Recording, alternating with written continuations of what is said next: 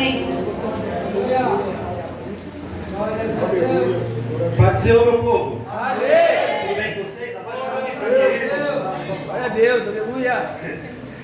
Glória a Deus, muito feliz de ver vocês aqui. Ver a igreja lotada, jovens reunidos. Pode baixar mais, gente. Retorno aqui. Estou me ouvindo bem, até demais. Vou ficar tranquilo que eu não vou gritar, não, irmãos. Baixa mais o retorno, por favor. Meus irmãos, muito feliz. Como a Ana falou aqui, o intuito dessa noite aqui não é apenas fazer um culto, mas nós levantarmos um coração de uma igreja que espera por Jesus. Eu quero trazer uma palavra nessa noite, eu quero acender a chama. Nós falamos aqui sobre avivamento, falamos sobre comunhão de igreja, estamos falando sobre Maranata. O que é esse Maranata? O que é esse clamor? O que nós podemos contribuir? Eu quero contribuir com vocês nessa noite através dessa palavra. Eu gostaria de ler com vocês, quem tem uma Bíblia, pegue sua Bíblia aí, abra ela, está no seu celular, ligue a sua Bíblia. Se você estiver sem Bíblia, encosta do lado de alguém que está com a Bíblia aí, acompanhe comigo. 2 Pedro, capítulo 3. 2 Pedro, capítulo 3, vamos falar da volta de Jesus. Esse assunto é meio espinhoso aí no meio teológico, né, irmãos? O pessoal não gosta muito de comentar sobre a volta de Jesus, sempre dá discussão, sempre dá treta. Mas hoje nós vamos falar sobre a volta de Jesus, vamos esclarecer algumas dúvidas e vamos clarear nossa mente para ansiar pela volta dele. Então, deixa aí. Quem não tem Bíblia, encosta do lado do irmão aí. Eu peço a atenção profunda de vocês para nós lermos esse texto, 2 Pedro, capítulo 3.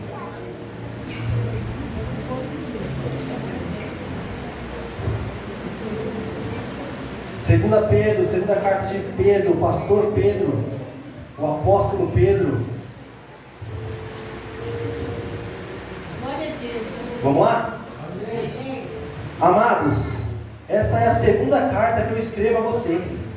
Em ambas eu quero despertar com estas lembranças a sua mente sincera, para que vocês recordem das palavras proferidas no passado pelos santos profetas e do mandamento do nosso Senhor e Salvador que os apóstolos ensinaram a vocês.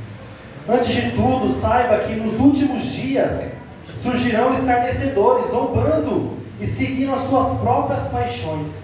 Eles dirão: o que houve com a promessa da sua vinda? Desde que os antepassados morreram, tudo continua desde o princípio da criação. Mas eles deliberadamente se esquecem que há muito tempo, pela palavra de Deus, existem céus e terra. Está formada da água e pela água. E pela água o mundo naquele tempo foi submerso e destruído. Pela mesma palavra, os céus e terra que agora existem são reservados para o fogo, guardados para o dia do juízo e para a destruição dos ímpios. Não se esqueçam disto, amados. Para o Senhor, um dia é como 1000 anos, e 1000 anos é como um dia. O Senhor não demora a cumprir a sua promessa, como julgam alguns. Ao contrário, Ele é misericordioso, Ele é paciente com vocês, não querendo que ninguém pereça, mas que todos cheguem ao arrependimento. O dia do Senhor, porém, virá como um ladrão, e os céus desaparecerão com um estrepitoso estrondo, um grande estrondo, e os elementos se desfarão, abrasados pelo calor, e a terra e tudo que nela há, tudo que nela existe, será destruído. Visto que tudo assim será desfeito, que tipo de pessoas é necessário que vocês sejam? Vivam de maneira santa e piedosa, esperando e apressando a volta do Senhor Jesus. Naquele dia os céus serão desfeitos pelo fogo, os elementos derreterão pelo calor. Todavia, de acordo com a sua promessa, aguardamos novos céus e nova terra, onde habitam a justiça. Portanto, amados, enquanto esperam essas coisas, empenhem-se e serem encontrados por Ele em paz, imaculados, inculpáveis, tendo a mente que a paciência do nosso Senhor significa salvação. Como também o nosso amado irmão Paulo escreveu a vocês, com a sabedoria que Deus lhe deu. Ele escreve da mesma forma em todas as suas cartas, falando nelas assuntos. Suas cartas contêm algumas coisas difíceis de entender, as quais os ignorantes, instáveis, retorcem, distorcem, como também fazem com as demais escrituras, para a própria destruição deles. Portanto, amados, sabendo disso, guardem-se para que não sejam levados pelo erro de quem não tem princípios morais, nem percam a sua firmeza e caiam Cresçam, porém, na graça e no conhecimento do nosso Senhor Salvador Jesus Cristo. A Ele seja a glória, agora e para todo sempre. Glória a Deus, Amém. aleluia. Glória a Deus. Vamos sentar, irmãos. Glória a Deus por essa palavra. Glória a Deus por essa mensagem. Nós vemos aqui o capítulo 3 inteiro. E Pedro começa a escrever dizendo que essa já é a segunda carta que ele escreve. E na primeira carta ele fala muito sobre mestres, ele fala muito sobre o corpo da igreja, mas sempre trazendo a esperança da igreja, que é o retorno glorioso do Senhor Jesus. Nós intitulamos esse culto aqui como Maranata. Isso é uma palavra muito conhecida no meio evangélico, cristão, pentecostal, então, mais conhecida, a gente fala Maranata o tempo todo. Mas para quem não está familiarizado com essa palavra, a palavra Maranata é um conjunto de duas palavras em aramaico. Na verdade é Maran-Atá. Maran-Atá é o Senhor veio, ou o Senhor virá. E o Maranata, como nós conhecemos, mais do que uma esperança, um anseio da igreja, ao ler as páginas da Bíblia, a ler 1ª, 2ª Coríntios, a ver Paulo escrevendo, quando ele usa a palavra Maranata, parece que era muito mais profundo do que a gente imagina. Porque a ponto de Paulo assinar, concluir a sua carta com Maranata. Ou seja, parece que para os cristãos primitivos, para a igreja no começo, Maranata é como se fosse o nosso paz do Senhor. Parece que as pessoas chegavam na igreja, boa noite, Maranata. Paz do Senhor, Maranata. Porque o anseio, a esperança pela volta de Jesus era muito forte na igreja primitiva. E a igreja esperava isso, e ansiava, e ela alimentava essa fome. Mas espera aí, como que nós vamos esperar a volta do Senhor Jesus, sendo que nós não sabemos o dia e nem a hora? E aí que está o X da questão. Jesus, quando ele escreve para nós, ele fala que nós não sabemos nem o dia e nem a hora do retorno do Senhor Jesus. E parece que o próprio Senhor Jesus, o Cristo, ele deixou essa esperança em nós para que nós não soubéssemos exatamente o dia, mas que nós aguardássemos como se esse dia estivesse próximo, como se esse dia já fosse chegar logo. Então a esperança da igreja, desde sempre, era que Jesus poderia voltar. Então nós deveríamos viver como pessoas que esperam a volta de Jesus a qualquer momento, e que vivem como se a volta de Jesus pudesse acontecer a qualquer momento. Como eu falei aqui, eu sei que o tema da volta de Jesus, não apenas a volta de Jesus, mas o final das coisas, as últimas coisas, ou para os mais teólogos aí, a escatologia, o ensino das últimas coisas, é sempre muito espinhoso, porque ninguém é dono da verdade no estudo do fim dos tempos, irmãos. Tem muita coisa interpretativa, tem muitos pontos de vista, tem muitas posições teológicas, e eu também tenho as minhas convicções teológicas. Mas nessa noite aqui, eu não quero trazer a minha visão de quando isso vai acontecer, como que vai ser a história. Eu quero trazer o fato que a igreja aguarda, que é o retorno glorioso do Senhor Jesus. Jesus voltará e ninguém discorda disso. Ninguém discorda que Jesus vai voltar, é um pilar da nossa fé. Nós acreditamos que Jesus, Ele é Deus, e esse Deus, Ele se esvaziou, e Ele veio aqui na terra e morreu pelos nossos pecados. Todo mundo crê assim, não é isso? Amém. Ao terceiro dia Ele ressuscitou, provando que Ele não era qualquer. Ele ressuscitou e foi ascendido ao céu, e Ele lá está sentado à direita de Deus. Aleluia. Nós acreditamos que Jesus, Ele nasceu de uma virgem. Nós acreditamos e nós cremos. Nós acreditamos que Jesus, Ele é o Messias, o ungido, aguardado, que Israel tanto escreveu nas suas promessas. Nós acreditamos nisso. E além disso, nós acreditamos que Ele voltará. Então, aqui eu estou dizendo uma coisa que nós somos evangélicos, nós somos cristãos, e simplesmente não tem como nós sermos cristãos sem acreditar na volta de Jesus. Se você não acredita que Jesus vai voltar, você pode ser alguma coisa, você pode ter alguma fé, mas você não pode ser considerado cristão, porque isso é uma base, é um pilar da fé cristã. E se nós tiramos isso de lado, acabou a nossa fé. Mas então o que nós estamos fazendo com essa informação? Se nós sabemos que Jesus vai voltar, por que nós não pregamos mais? E esse é o motivo de nós fazermos essa reunião aqui. Não para nós discordarmos teologicamente, mas para nós nos unirmos em um clamor, que é o Maranata, a hora vem. Nós nos unirmos em uma coisa que é o essencial. Nós falamos de avivamento, eu vou deixar um pouquinho para o final aqui, quando falar de avivamento, senão eu não paro de falar mais, porque talvez é o tema que eu mais gosto, é avivamento, falar disso. Mas nós, o que é isso? O que é esse anseio? O que é esse Maranata? O que nós estamos fazendo com a volta de Jesus? Como eu disse, eu tenho minhas convicções teológicas, E se você quiser conversar comigo sobre isso, eu te recebo na minha casa, a gente vai tomar um café, vamos abrir a Bíblia, vamos conversar lá sobre por que você acredita nisso? Ah, porque eu não concordo com você, nós vamos sentar lá na mesa, vamos esclarecer as coisas, vamos debater, tudo bem. Mas hoje é dia de nós colocarmos o que é primordial. Entenda uma coisa, irmãos, todo avivamento na história. A Ana falou aqui de Gales, falou da Rua Azusa, nós podemos falar de John Wesley, nós podemos falar dos Morávios. Todo avivamento na história, ele só aconteceu quando a igreja se uniu naquilo que era verdade para todo mundo, independente das posições teológicas, que são secundárias. As posições teológicas não são o principal. A grande verdade, o que é principal é, ele vem. Ele vem e nós aguardamos a volta dele. E Pedro escreve esclarecendo porque o pessoal anda perturbado. Mas ele diz assim: amados, esta já é a segunda carta que eu escrevo a vocês. Versículo 3: antes de tudo, saiba que nos últimos dias surgirão escarnecedores. Esse pequeno texto aqui, últimos dias, é uma referência bíblica. Quando nós encontramos essa frase, últimos dias na Bíblia, é um período de tempo que é entre a primeira e a segunda vinda do Senhor Jesus. Desde que Jesus veio e morreu até a volta dele, esse período é conhecido como os últimos dias. Então, por isso que Pedro, quando ele escreve, ele fala que ele já estava vivendo nos últimos dias. E se Pedro, há 2000 anos atrás, estava vivendo nos últimos dias, que tempo nós estamos vivendo hoje?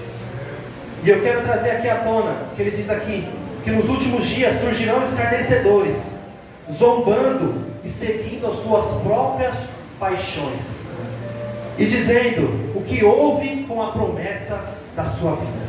Quando você vai conversar com uma pessoa que não conhece Jesus, irmãos, principalmente quando você entra no tema sobre a volta dele, a pergunta é que desde que eu nasci, eu escuto que Jesus vai voltar. E até hoje, não voltou. O que aconteceu? O que aconteceu com a promessa da sua vida? Escarnecedores, eles zombam da fé, falando assim: o que aconteceu? Por que Jesus não voltou? Será que a sua fé está errada? E nós acabamos entrando num lugar que nós deixamos essa mensagem entrar dentro do nosso coração, e nós começamos a se perguntar para nós: não é verdade? Por que Jesus não voltou ainda? Você acha que ele não vai voltar mais? Nós acabamos enfraquecendo a nossa fé e enfraquecendo o nosso clamor. Mais uma vez, irmãos, isso aqui é um convite, é uma reunião, não é apenas um culto. Isso aqui é um momento de comunhão. Isso aqui não pode ficar apenas aqui. O clamor Maranata, o cumprimento Maranata, a mensagem sobre a volta de Jesus que era tanto pregada, precisa voltar a nossa voz. Precisa voltar aos nossos sermões, às nossas pregações, aos nossos vídeos do Instagram, às nossas mensagens de bom dia quando a gente posta nos status. A mensagem da volta de Jesus precisa voltar, porque a igreja só é igreja quando ela carrega a mensagem da volta de Jesus. E a mensagem da volta de Jesus, acompanhada da pregação do Evangelho, é o que o cristão precisa, irmãos. A volta de Jesus, na verdade, é o que nos mantém de pé. Quando Paulo escreve a Tito 2,11 diz: nós aguardamos a bem-aventurada esperança, que é a manifestação do nosso Senhor Jesus. Ou seja, irmãos, tudo que eles faziam, tudo que eles pensavam, tudo que eles escreviam, era com uma esperança: o nosso Senhor vem. A Bíblia finaliza Apocalipse 22 dizendo: o Espírito e a noiva dizem: vem. Esse clamor à volta, vem Jesus, é sempre o que manteve a igreja de pé. E tem que ser o que mantém a nós em pé, irmãos. O clamor Maranata, o clamor da volta de Jesus é o que nos mantém de pé. Se você está frio, está caído, falta esperança em você. Falta Tito 2,11, falta a esperança da manifestação do Senhor. Mas nós se conformamos, nós vemos o mundo de cabeça para baixo, nós olhamos a justiça e nós falamos: não existe justiça, Jesus não volta. O que está acontecendo? A política não resolve, os nossos governantes não resolvem, quem eu coloquei confiança não resolveu, o que eu vou fazer? Mas a nossa esperança está naquele que Pedro escreve, que antes de tudo criou os céus e a terra.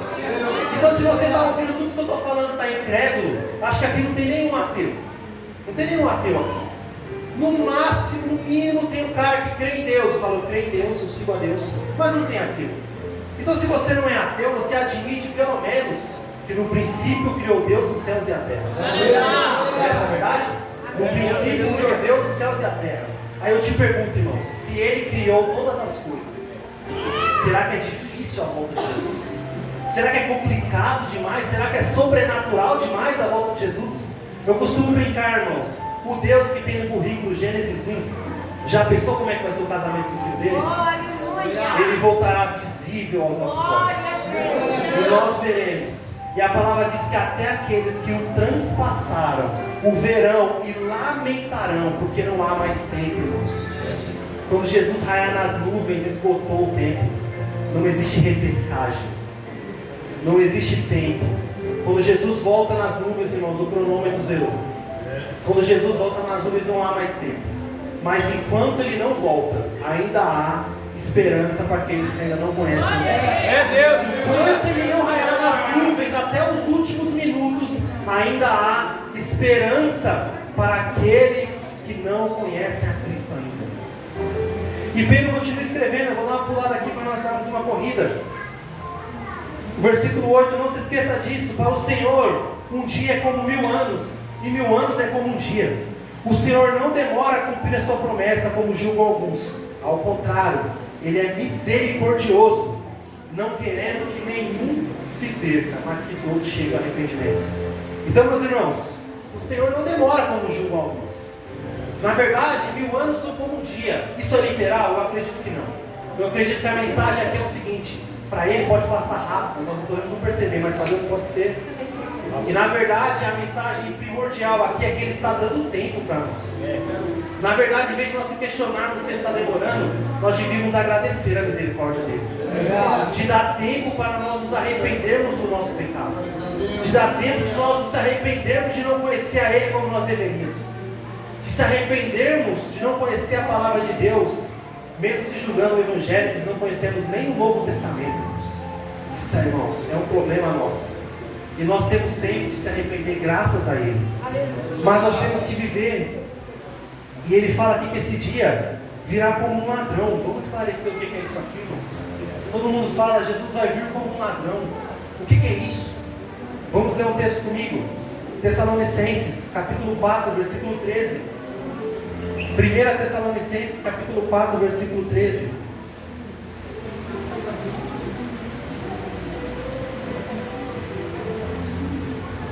Vou ler. 1 Tessalonicenses 4,13. Paulo escreve, aquele que Pedro fez referência. Carta de Paulo diz assim: não queremos, irmãos, que sejam ignorantes com respeito aos que dormem, para que vocês não sejam entristecidos com os demais que não têm esperança.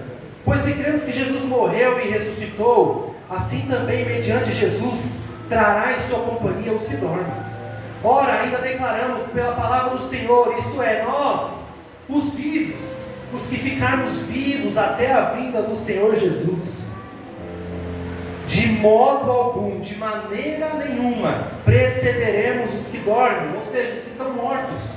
Porquanto o Senhor mesmo, dada a palavra de ordem, ouvida a voz do arcanjo, o ressoar da trombeta de Deus, descerá dos céus, e os mortos em Cristo ressuscitarão primeiro. Depois nós, os vivos, os que ficarmos, seremos arrebatados juntamente com Ele entre as nuvens, para o encontro do Senhor nos ares, e estaremos para sempre com o Senhor. Consolai-nos aos outros com essa palavra. Ou seja, irmãos, nós encontraremos com Ele nos ares, e nós estaremos para sempre com Ele.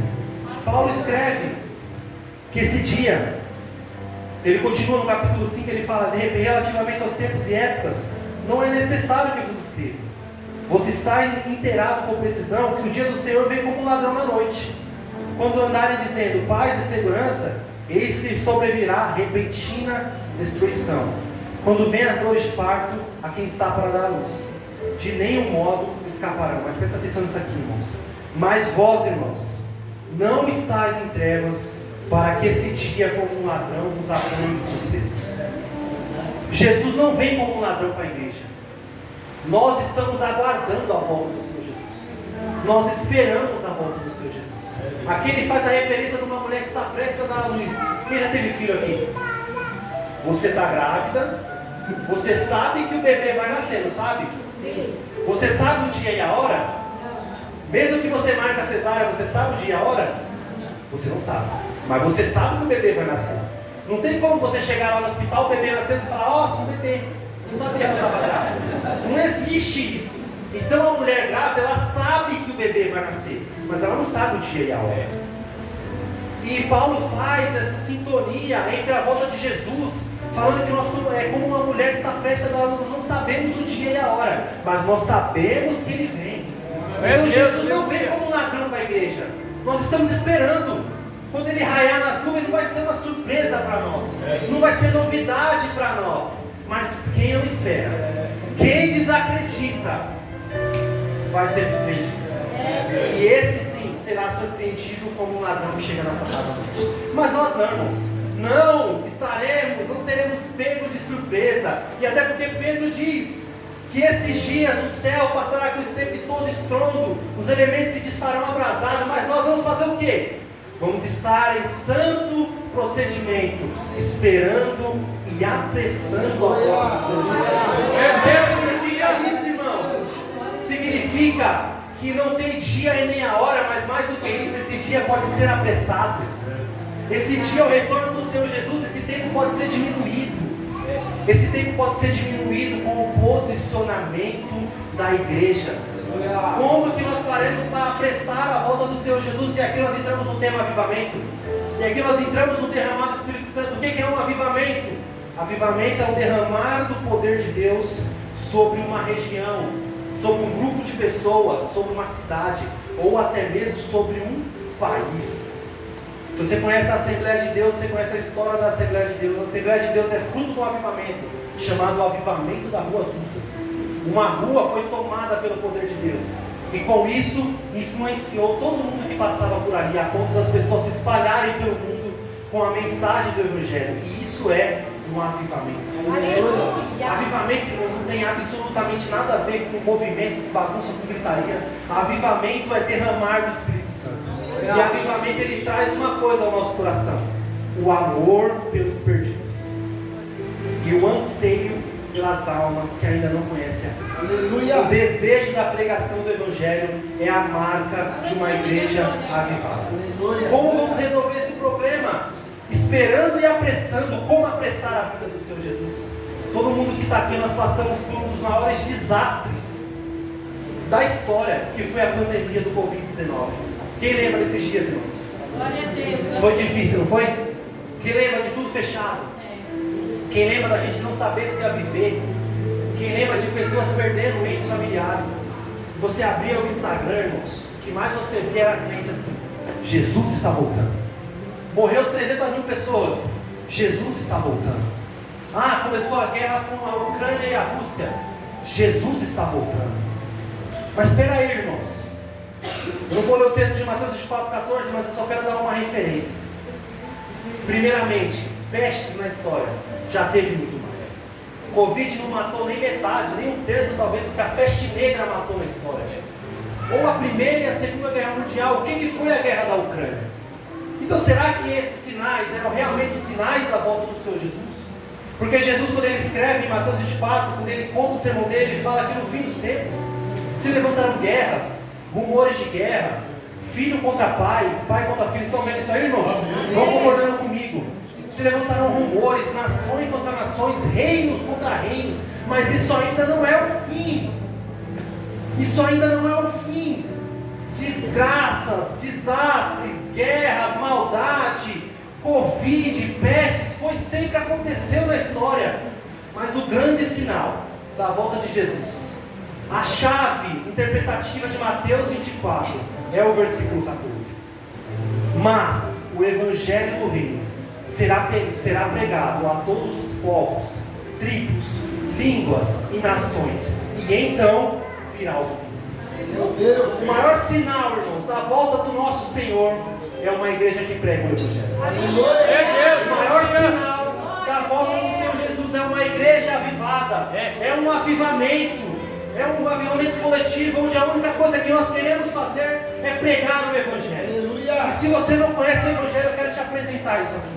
Porque além da promessa da volta de Jesus ser descrita durante toda a Bíblia, o Evangelho também foi. Aqui nós temos um único livro, dividido em 2 testamentos, 2 alianças, que se completam entre si. Uma se cumpre na outra, uma é entendida através da outra. Aleluia. E assim como a volta de Jesus é profetizada algumas vezes, Zacarias 14, ele pisará no Monte das Oliveiras. Naquele dia esse monte se fenderá em 2. aquele dia é o dia da volta do Senhor Jesus. Na volta do Senhor Jesus, ele pisará no Monte das Oliveiras. E isso está retratado no Antigo Testamento, antes da encarnação do Senhor Jesus. E o Evangelho, irmãos, o que é esse Evangelho? O que é essa palavra que tanto escutamos? Evangelho, irmãos, é uma palavra grega que significa boa notícia. É uma boa notícia. E o que é uma boa notícia, irmãos? Quando a gente escuta uma boa notícia, é aquela mensagem, né? Passa o teu Pix, né? Manda aí o número do Pix, é uma boa notícia. Você recebeu uma boa notícia. Quando você é curado de alguma coisa, isso é uma boa notícia. Quando acontece que o Brasil é campeão na Copa do Mundo, isso é uma boa notícia. É boa notícia porque faz sentido para nós. Mas em qual sentido a mensagem bíblica é uma boa notícia? Na verdade, o Antigo Testamento, irmãos, toda a história do Antigo Testamento, desde Gênesis, ela é um plano perfeito para mostrar para a humanidade que nós não éramos capazes de ser salvos por nós mesmos. E desde que Adão pecou, e o pecado entrou na humanidade, ali começa a desenrolar esse plano. Começa a desenrolar. Em Gênesis 3,15, fala que ele pisará na cabeça da serpente. Ele fala que vai ter uma maldição também. Ele fala que a mulher vai sofrer com dores e tudo mais. Mas nós vamos lendo a Bíblia, às vezes a gente não entende direito, mas nós chegamos em Moisés, ele começa a escrever a lei. Ele dá os 10 mandamentos. Levítico traz as outras leis. No total nós temos 613 mandamentos no Antigo Testamento. E se você escapar em um mandamento desse, irmãos, você está fora, você não é capaz, você não é justo. Então a pergunta que nós fazemos é para esse Deus difícil de entender, esse Deus que nós cremos, mas na verdade nós não entendemos Ele. E nós falamos assim: por que um Deus criaria uma lei impossível de ser cumprida? E eu já fiz essa pergunta muitas vezes. Por que Deus criaria mandamentos que para o homem é impossível de ser cumpridos? E é exatamente aí o X da questão, irmãos. Quando Ele demonstrou a lei perante a humanidade, e nós percebemos que por mais que a gente tentasse pela nossa própria força, pela nossa própria justiça, nós sempre escorregávamos e caíam em algum pecado. E vocês podem falar melhor do que eu da vida de vocês. Por mais que nós tentamos ser melhor, fazemos obras melhores, a gente sempre acaba escorregando, a gente sempre acaba pecando e acabamos se tornando injustos. Quando nós olhamos para o Antigo Testamento, nós vemos que nós não somos limpos o suficiente. Nós vemos que os sacrifícios precisavam ser feitos várias e várias vezes. Matar boi atrás de boi, galinha atrás de galinha e tudo mais. O que é isso? E por que não funciona mais? Porque nós somos injustos, nós não somos capazes de ser justificados por nós mesmos. E quando esse Deus escreve muito bem essa história, e a humanidade se encontra na posição de eu não consigo, é impossível para o homem ser salvo, é apresentado o Filho de Deus encarnado. Meu Deus, aleluia! Jesus nasce da Virgem. Jesus ele passa 30 anos vivendo nessa terra, mas ele anuncia o seu ministério. E ele fala que ele foi ungido para pregar as boas novas, o Evangelho, a boa notícia aos pobres, porque os sãos não precisam de médico, mas os pobres, os doentes precisam. E ele começa a anunciar. E quando chega naquela cruz, ele olha para essa humanidade caída, para nós, que não fomos capazes de ser justificados. Não conseguimos. E a conversão, irmãos, a conversão, ela é uma derrota. A conversão é quando nós caímos de joelho e nós falamos: eu não consigo, não dá mais. Nós se rendemos, não dá mais, eu não consigo, com a minha força eu não consigo, por mais que eu tente eu não consigo. E aí Jesus, ele vem, o justo pelo injusto, e ele fala: quem crê em mim, ainda que esteja morto, viverá. E naquela cruz de braços abertos, rendido, machucado, sofrido, agonizando, ele disse as suas últimas palavras e suspirou. Ele disse: está consumado. Ou seja, a dívida foi paga. Não tem mais dívida, não tem mais pecado. Estamos limpos perante o Senhor, mas não porque nós conseguimos. Lá no céu não tem carteirada. Ninguém vai chegar no céu e falando, eu consegui porque eu sou bom. No céu não existe carteirada. Todo mundo que vai chegar no céu não foi porque você conseguiu alguma coisa. E nesse contexto, irmãos, o inferno é muito mais justo do que o céu. Porque todo mundo que vai para o inferno merece estar lá. Mas ninguém vai para o céu merecer estar lá. Mas lá não existe carteirada. Nós estaremos lá porque nós somos justificados por Ele. E aí nós entendemos que dele, por Ele e para Ele são todas as coisas. O texto bíblico é profundo, o que falta em nós é entendimento. Então não existe nada além. Não existe outro intercessor. Não existe alguém que pode fazer o trabalho com você. Não existe oração. Não existe intercessão humana. Ou até de seres sobrenaturais, angelicais, seja lá o que for, que vão fazer você ser salvo. Nós somos salvos por uma pessoa. Nós não somos salvos por um sistema. Nós não somos salvos por um conjunto de regras. Nós não somos salvos por uma religião. O cristianismo não dá para colocar numa caixa. Nós não somos salvos, nós somos salvos por uma pessoa. E essa pessoa salva quem Ele quiser. A salvação está nele, nós acreditamos nisso. E nesse contexto, irmãos, entendendo tudo isso, nós chamamos Ele de Senhor. Nós cantamos a Ele. E nós adoramos a Ele. Porque nós entendemos que nós não conseguiríamos sem Ele. E tudo que nós fazemos é por gratidão a Ele. E a Bíblia descreve tudo isso. E ela finaliza falando: uma coisa vai manter vocês de pé: a esperança do retorno glorioso do Senhor Jesus. E muitas vezes, muitas vezes, a Bíblia fala sobre o retorno do Senhor Jesus. Fala sobre a volta do Senhor Jesus. E nós, irmãos, eu quero finalizar isso aqui. Trazendo ao nosso coração essa verdade. Ele vem. Ele vem. Nós cantamos aquela lá: Ele virá soberano em poder. Ele virá, isso é certo, irmãos. Então o convite que eu faço para vocês, se colocam de pé. Eu quero orar com vocês.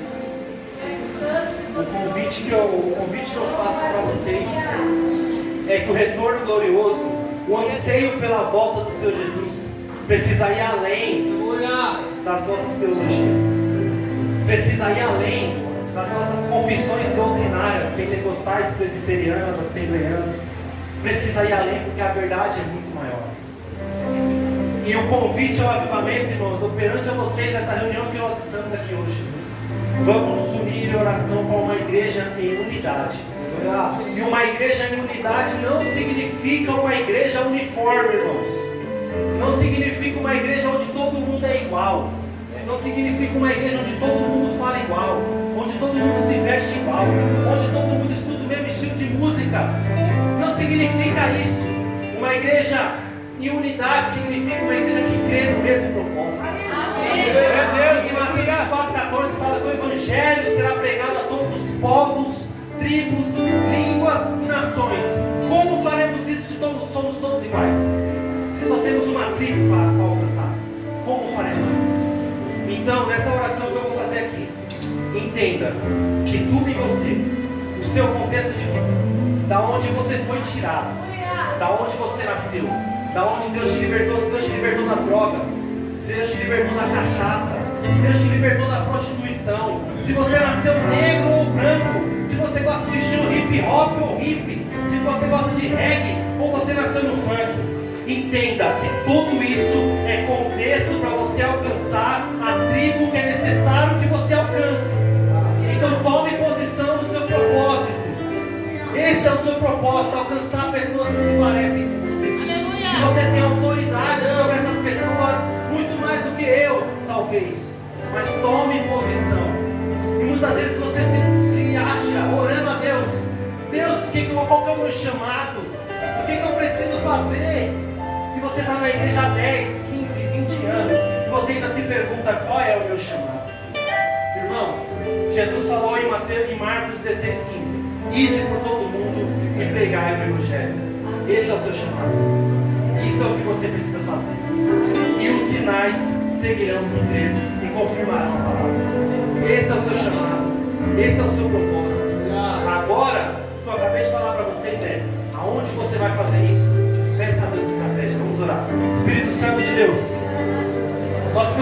Ti nessa noite, Senhor. Nós clamamos a Ti para que sejam mais do que palavras. Porque eu, Senhor, eu não tenho poder de convencer a ninguém. Eu não tenho poder de colocar uma ideia na cabeça de ninguém. Mas eu oro, Senhor Jesus, através do poder do Seu Espírito Santo, para que o Senhor alcance corações nessa noite. Eu oro para que o Senhor quebre corações de pedra, corações incrédulos, corações que não confiam em Ti. Eu oro para que o Senhor coloque corações de carne. Eu oro para que o Senhor coloque arrependimento de pecado em nosso meio. Eu oro para que o Senhor Jesus alcance e coloque, mostre luz sobre o nosso pecado, sobre a nossa maldade. E que pecadores caiam de joelho hoje aqui, porque entenderam que somos injustos perante a Ti, Senhor Jesus. Mas eu oro que essa consciência de que Tu és o Senhor da nossa vida esteja clara em nossos olhos, Senhor Jesus. Eu oro por uma unidade. Nós cantamos sobre avivamento aqui, Senhor Jesus. Eu oro para que nós, como igreja, venhamos nos unir no propósito que é: nós confiamos que Tu és o Senhor sobre todas as coisas. Nós confiamos que Tu és o Senhor sobre todas as coisas. E nós confiamos e acreditamos que o Senhor virá soberano, o Senhor virá em poder, o Senhor virá no evento maravilhoso, o Senhor virá em criatura. Nós veremos o Senhor. E aquele dia será glorioso para a igreja de Deus. O dia que nós tanto aguardamos. Senhor Jesus, na autoridade do Senhor, se alguém entrou aqui no lixo, ansioso, com dores, com mundo na mente, com impaciência, Senhor Jesus, na autoridade do Teu santo nome, nós repreendemos todo espírito de tristeza nessa noite, todo espírito de incredulidade nessa noite, todo espírito de opressão na autoridade do Senhor Jesus, vai embora, porque nós acreditamos que o Seu fato é esse. Se você se encontra nessa posição, você se encontra caído, sem esperança, não sabe como vai ser o amanhã, você tem medo do amanhã, eu quero trazer uma promessa. Eu quero trazer uma promessa vinda do Pai, vinda direto dos céus. E naquele dia, lá na Nova Jerusalém, lá não haverá mais choro, lá não haverá mais dor, lá não haverá mais trevas, lá não haverá mais noite, lá não haverá mais essa tristeza, lá não haverá angústia, lá não existe depressão, lá não existe ansiedade. Nós ganhamos por esse dia, Senhor. Nós ganhamos por esse dia, Senhor. O dia que não haverá mais dor, Senhor.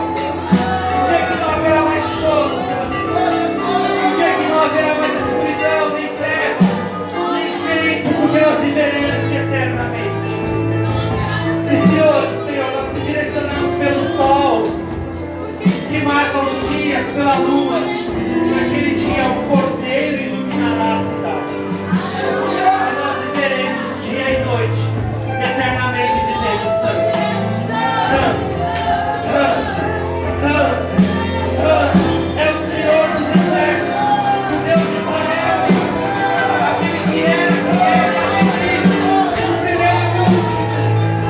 Ah, Senhor Jesus, o nome santo, e a fé do eterno, a esse nome toda honra e toda glória, um nome que não deve ser carregado em vão, esse nome tem todo o poder.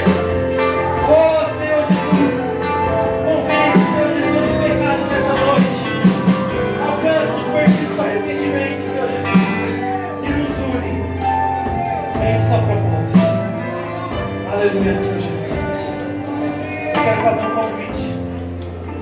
Se você ouviu essa palavra, você entendeu essa mensagem, você se encontrou na posição, assim como muitos de nós nos encontramos na nossa história, uma posição de ansiar pelo céu, de querer estar com o Senhor, de viver eternamente, mas nós não conhecemos a Cristo. Eu quero fazer um convite.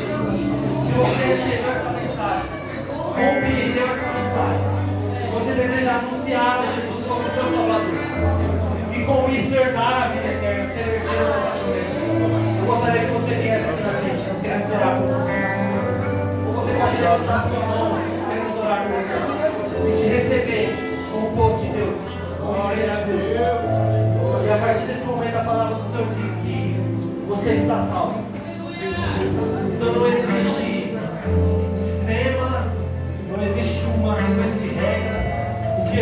uma confissão dizendo com a nossa boca que Ele é o Senhor da nossa vida.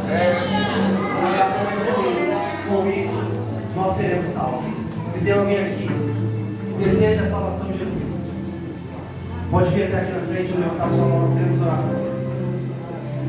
Ou ainda mais, nós falamos sobre esfriamento espiritual aqui. Se tem alguém que já conheceu a Jesus, você já cantou, você já pregou, você já pulou, você já foi incendiado pelo amor de Jesus, mas você acabou se afastando, se esfriando, e você deseja retornar ao Senhor, retornar à igreja de Deus, pode vir aqui também, nós queremos orar com você. Nós queremos orar para que Deus alimente a sua fé, reacenda